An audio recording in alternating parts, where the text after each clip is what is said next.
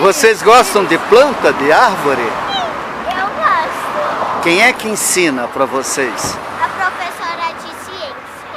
Em qual escola? Escola Municipal São Luís. E é bom aprender, né? Não? Eu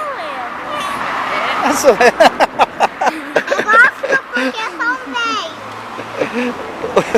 Tem que aprender. Eles gostam bastante. Né? Não, a gente tem que aprender porque as plantas é que vão salvar a gente. Que é isso que tá no Então, fogo? Enfeite. nós temos que gostar muito das árvores. Eu aprendi eu inventei uma música de planta. É? Quer que eu cante? Uhum. Você gosta de passarinho? Adoro.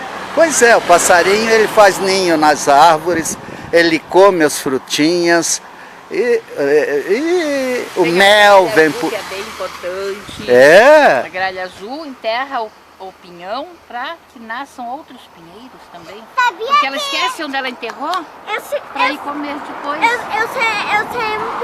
Sabia que no sábado a gente vai lá no Kinder Park? Aí eles cuidam muito da natureza. Aqui nesse prédio tinham caixas de pizza e papéis no chão esses dias, né? Ela catou todinhos e colocou no lixeiro porque ela falou, tem que cuidar da minha cidade e da minha natureza.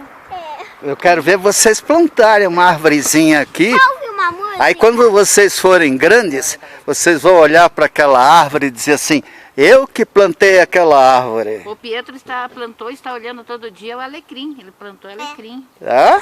É. Qual é o nome da senhora? Eu sou Rose, A senhora é mãe? avó. Avó? Eu também tenho netos. Posso pôr em YouTube, blog? Sem problemas. Então- Onde que encontramos? Não! Olha, João Carlos Cascais, JC Cascais. Cascais. Tá, o João Carlos. Aí tem Facebook, blog, YouTube. Ai, vai ser muito legal, muito Tá? interessante. Parabéns. Eu sempre incentivando. Logo, senão vocês vão chegar tarde na aula. Ah, E eu tenho que levar essa menina para aula também. Ih, garota. Ela? É? Ela vai aprender a latir. Quer mais?